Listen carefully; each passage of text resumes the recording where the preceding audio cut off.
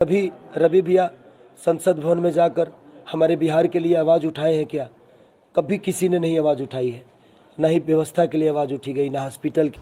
और अगर आप ये बोलते हैं कि रवि किशन ने कुछ नहीं किया, मनोज तिवारी ने कुछ नहीं किया और निरहुआ ने कुछ नहीं किया, तो जब ये लोग सांसद होके कुछ नहीं किए तो आप विधायक होके क्या कर लेंगे?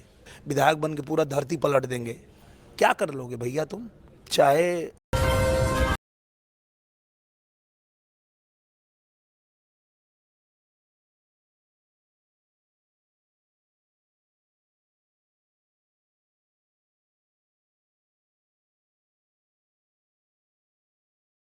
आगे देखिए वो वीडियो भी आपको दिखाएंगे कैसे दिनेश लाल यादव, जुगली स्टार, निरहुआ ने खेसारी और रवि किशन वाले विवाद पर ने एकदम से खेसारी लाल यादव को घसीट कर रख दिया।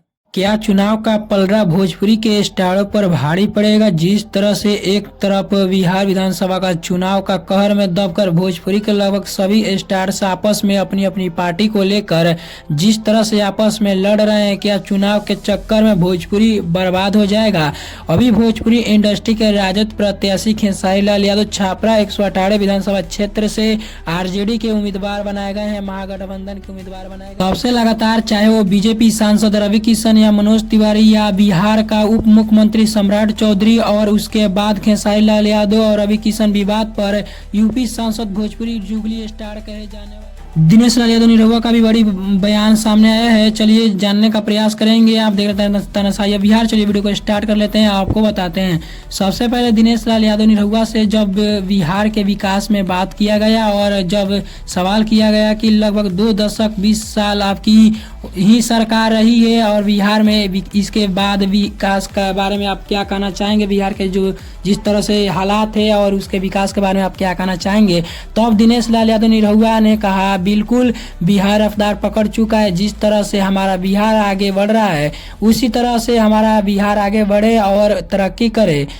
साथ ही उन्होंने कहा जनता भी चाहती है कि एक बार और एनडीए के सरकार बने और यह देख के भी यह अच्छा लगता है कि जनता भी एनडीए के साथ खड़ी है। साथ ही जब निरहुआ से यह सवाल किया गया कि आप भी एक बीजेपी सांसद है, लगभग 20 साल की नीतीश कुमार की सरकार रह चुका है, कितना बदलाव हुआ है? चूंकि आप बिहार के बॉर्डर पर ही लगभग रहते हैं, बिहार की गढ़ यूपी में रहते हैं।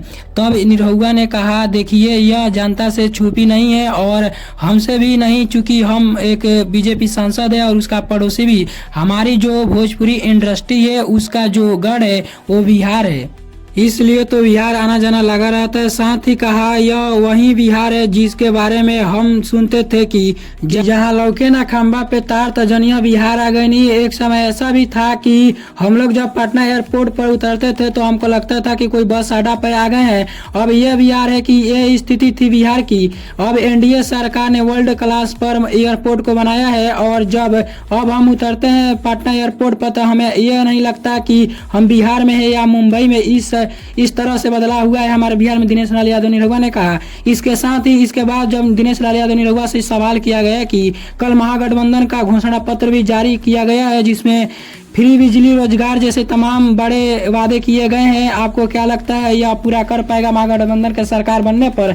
तो अब दिनेश लाल यादव निरहुआ ने कहा ये जो भी वादे कर रहे हैं उसके पीछे कोई उनका प्रमाण या आधार भी तो होना चाहिए। साथ ही निरहुआ ने कहा महागठबंधन पर निशाना साधते हुए उन्होंने कहा कि जनता बिहार का बजट, जितना बिहार का बजट नहीं है उतना ये लंबे चौड़े वादे कर रहे हैं तो कहां से पूरा करेंगे? साथ ही निरहुआ ने कहा जब उनसे सवाल पूछा गया तो वो गोल मटोल जवाब दे रहे हैं, तो यह हवाई वादे कर रहे हैं आरजेडी वाले। और निरहुआ ने कहा पब्लिक जानती है कि जब आपको मौका मिला था तो आपने बिहार में क्या किया है।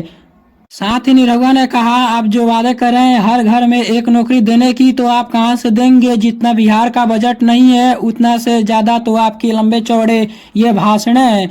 आप सरकारी नौकरी हर परिवार में कैसे दे पाएंगे? निरहुआ ने कहा तो यह साथ जो वादे कर रहे हैं सब बकवास की बातें हैं। साथ ही उन्होंने कहा जब नौकरी देना होता था तो आप जमीन लिखवा लेते थे। साथ ही निरहुआ ने कहा इन लोगों के जो झूठे वादे हैं जनता नहीं जानती, ये सब पता है जनता की अपनी अपनी पार्टी की बड़ाई करते हुए उन्होंने कहा दिनेश लाल यादव निरहुआ ने और पटना में फिल्म सिटी और हवाई अड्डे तो बनी गए हैं, अब क्रिकेट स्टेडियम भी बन रही है। तो इस तरह से तमाम उन्होंने सवाल पे बिहार के बातें की और आगे वाले पार्ट में आप लोग देखेंगे कि कैसे उन्होंने दिनेश लाल यादव निरहुआ ने खेसारी लाल और रवि किशन विवाद पर उन्होंने बकवास छेड़ी। वो अगले वीडियो में आपको पता चलेगा। तो